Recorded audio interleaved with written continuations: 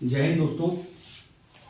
हमने सोचा कि क्यों ना आपका एलएलबी सेमेस्टर सेकेंड सेमेस्टर के जो कॉन्स्टिट्यूशनल लॉ का पेपर है उसके सिलेबस को डिस्कस कर लेते हैं, क्योंकि सिलेबस समझ में आ जाने से पेपर आसान हो जाता है। ठीक है। और सिलेबस क्या है हमारा, बेसिकली 6 टॉपिक दिए हुए हैं एलएलबी सेकेंड सेमेस्टर के सिलेबस में, कॉन्स्टिट्यूशनल लॉ के पेपर में। तो सबसे पहला टॉपिक है फंडामेंटल राइट का, और फंडामेंटल राइट बेसिकली 2 जगह डिवाइडेड है। एक जनरल बात कर रहा है, दूसरा स्पेसिफिक बात कर रहा है। तो जनरल में क्या पूछा है, जनरल में ये बता रहे हैं कि आपको फंडामेंटल राइट के बारे में जो सामान्य जानकारी है, जो जनरल जानकारी है, उसके बारे में भी मालूम होना चाहिए। दूसरा पॉइंट ये है कि हु कैन क्लेम, तो फंडामेंटल राइट को कौन क्लेम कर सकता है, यानी फंडामेंटल राइट का दावा कौन कर सकता है। तीसरी बात यह है कि अगेंस्ट हुम फंडामेंटल राइट आर अवेलेबल, तो इसका मतलब यह है कि फंडामेंटल राइट जो है किसके अगेंस्ट उपलब्ध है, यानी कि आप फंडामेंटल राइट किसके अगेंस्ट लागू करवा सकते हो, किसके विरुद्ध आप फंडामेंटल राइट के लिए मुकदमा सुप्रीम कोर्ट और हाई कोर्ट में कर सकते हो। तो सीधी बात यह है कि क्या फंडामेंटल राइट के लिए आप किसी इंडिविजुअल यानी किसी व्यक्ति के विरुद्ध, पड़ोसी के विरुद्ध मुकदमे में जाओगे या किसी और के विरुद्ध। तो यहां पर आप फंडामेंटल राइट को लागू कराने के लिए स्टेट के अगेंस्ट जाते हो, राज्य के अगेंस्ट जाते हो। ठीक है। तीसरा पॉइंट ये है कि suspension of fundamental right. Suspension का मतलब ये होता है कि फंडामेंटल राइट कब निलंबित हो जाते हैं, कब सस्पेंड हो जाते हैं, और वो कौन सी परिस्थितियां हैं। तो बेसिकली अब हम देखेंगे कि ये कौन सी परिस्थितियां। तो एक परिस्थिति ये है कि जब अनुच्छेद 352 आर्टिकल 352 के अंतर्गत इमरजेंसी की घोषणा की जाती है, तो इससे रिलेटेड 2 आर्टिकल है, एक है 358 और एक है 359। ठीक है। तो इन 2 आर्टिकल के अंतर्गत प्रोविजन किए गए हैं फंडामेंटल राइट के सस्पेंशन के लिए।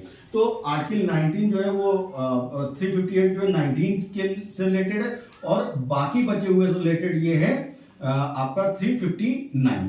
ठीक है। वो अभी हम लोग जब आगे जाएंगे तो उसको डिस्कस कर लेंगे। अभी हम सिर्फ सिलेबस डिस्कस कर रहे हैं, और सिलेबस के साथ साथ आपको पेपर का आउटलुक बता देंगे, उसका एक आइडिया बता देंगे। फिर फंडामेंटल राइट स्पेसिफिक में क्या आ जाएगा, तो फंडामेंटल राइट स्पेसिफिक में आपका 14 से लेके आर्टिकल 14 से लेके 18 तक के प्रोविजन है। आर्टिकल 14 में बेसिकली क्या कहा गया, राइट टू इक्वलिटी की बात की गई, यानी कि समानता के अधिकार की बात की गई है,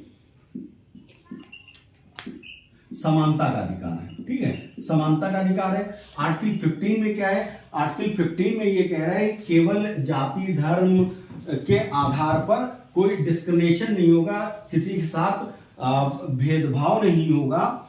ये आर्टिकल 15 में किया गया है, किस आधार पर, जाति धर्म रेस।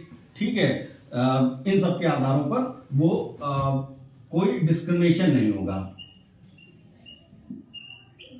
ठीक है, विभेद नहीं किया जाएगा, ये लिखा हुआ है। 16 में क्या लिखा है, 16 में लिखा हुआ है इक्वल अपॉर्चुनिटी की बात की गई है। जो पब्लिक ऑफिस होते हैं, जो सरकारी जो नौकरियां होती हैं, उनमें सबके लिए इक्वल अपॉर्चुनिटी की बात की गई, यानी कि समान अवसर की बात की गई। इक्वल अपॉर्चुनिटी,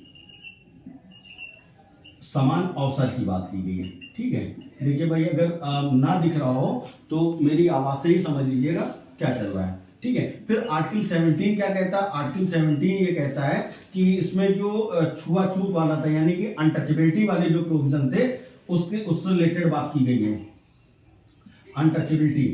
ठीक है, छुआछूत को समाप्त किया गया है, और इस छुआछूत को समाप्त करके भी एक तरह से इक्वलिटी लाई जाती है। फिर आर्टिकल 18 में आपका जो टाइटल्स हुआ करते थे उसकी बात की गई है, टाइटल्स को समाप्त किया गया है। तो हमने आपको बता दिया कि आर्टिकल 14 में जो है समानता की बात कर रहा है, आर्टिकल 15 जो है डिस्क्रिमिनेशन के अगेंस्ट प्रोटेक्शन की बात कर रहा है, 16 इक्वल अपॉर्चुनिटी यानी कि समान अवसर की बात कर रहा है, 17 आपका अनटचेबिलिटी जो तो थी, छुआछूत वाला जो सिस्टम हुआ करता था, उसको समाप्त करने की बात कर रहा है, और आर्टिकल 18 जो है वो आपकी जो टाइटल दिए जाते थे पहले उसकी समाप्ति की बात कर रहा है, ठीक है।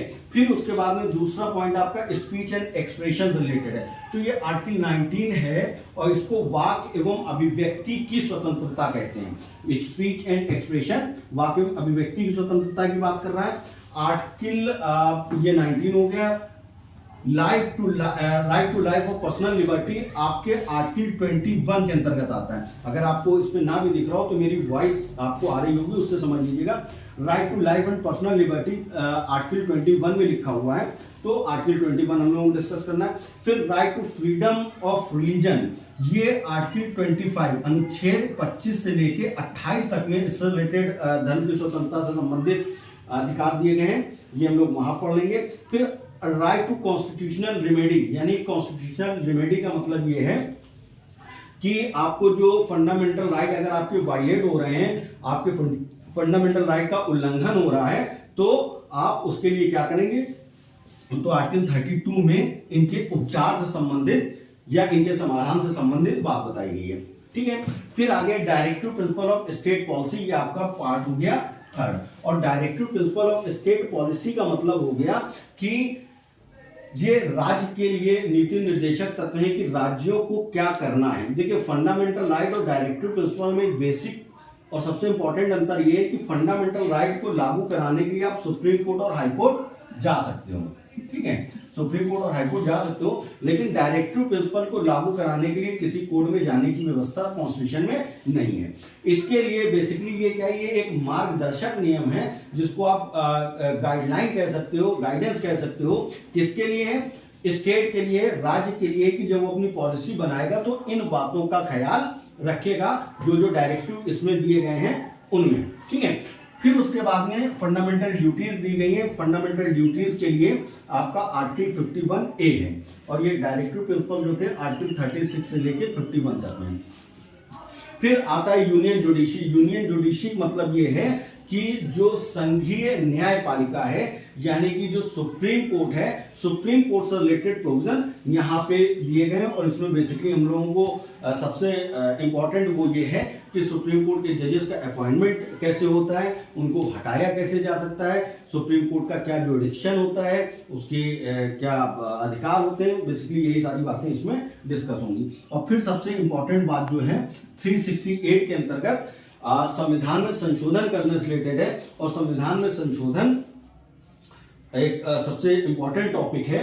और इसी 368 के अंतर्गत एक कॉन्सेप्ट और आया था जो आप कह सकते हो संविधान में संशोधन करने से रिलेटेड, वो था बेसिक स्ट्रक्चर का। और इसका मतलब ये है कि क्या किन चीजों को संविधान में जो है उनको संशोधित किया जा सकता है और किन चीजों को संशोधित नहीं किया जा सकता। बेसिक स्ट्रक्चर इसी से रिलेटेड है, क्योंकि हमको सिर्फ इस लेक्चर में केवल आपका ये सिलेबस है एलएलबी सेकेंड सेमेस्टर का सीएसजीएम यूनिवर्सिटी कानपुर का, बस हमको इसी को डिस्कस करना है। इसके आगे एक एक चीज हम लोग डिस्कस करते चलेंगे।